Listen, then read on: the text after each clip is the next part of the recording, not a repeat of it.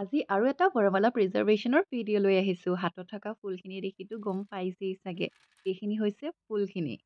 বাজনীৰ বিয়া হোৱা কেইদিনমান হৈ গৈছে আৰু মোক এই ফ্লাৱাৰ্ছখিনি দিছে। প্ৰথমতে ফটো দিছিল যে চোৱাচোন ফুলৰ কণ্ডিশ্যনখিনি বেয়া হৈ গ'লগে। বৰমালা প্ৰিজাৰ্ভ কৰিম বুলি ভাবিছিলোঁ, পাৰা যাব জানো?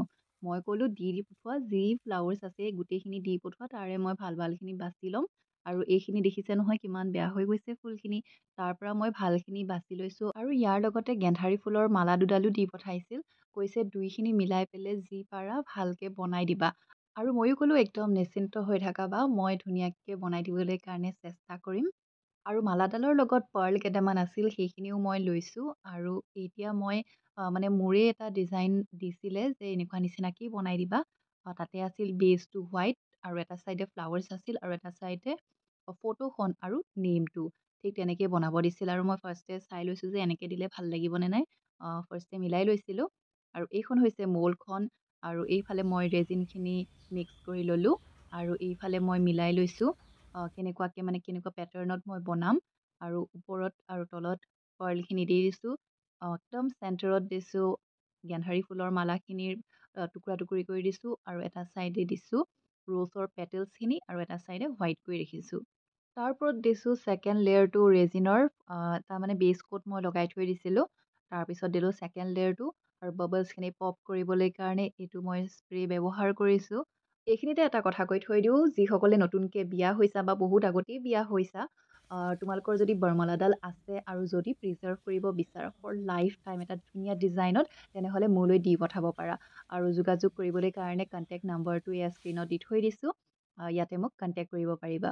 আৰু যদি অলপ বেয়া কণ্ডিশ্যনত আছে ফুলখিনি, তেওঁ মোক এবাৰ দেখাবলৈ পাৰা, মই চাই পেলাই জনাম যে কেনেকুৱাকৈ কি কৰিব পৰা যাব।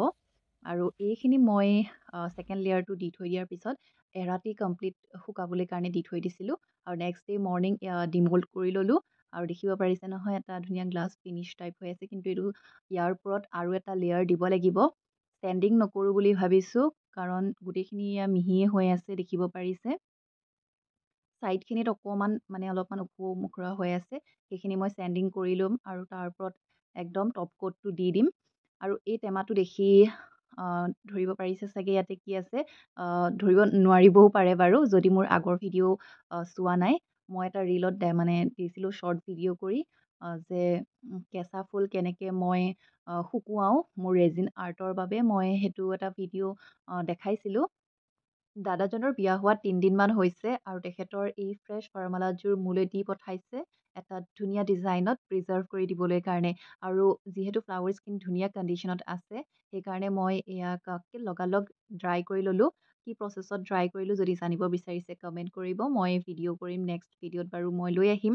আৰু দেখিছে নহয় কমপ্লিট ড্ৰাই হৈ গৈছে ফুলখিনি আৰু কালাৰটো একদম চেঞ্জ হোৱা নাই। এনেকুৱাকৈ যদি কৰিব বিচাৰে কমেণ্ট কৰিব। আৰু এইটো আছিল আজিৰ ভিডিঅ'টোৰ একদম ফাইনেল কোটিংটো দিয়াৰ পিছত লুকটো। বাগৰাকীক এই কমপ্লিট লুকটোৰ ফটো শ্বেয়াৰ কৰিছিলোঁ আৰু বাগৰাকীয়ে বহুত ভাল পাইছে। আপোনালোকে কেনেকুৱা পাইছে বাৰু কমেণ্ট কৰি জনাব আৰু ভাল লাগিলে লাইক কৰিব। আজিলৈ ইমানেই, বাই।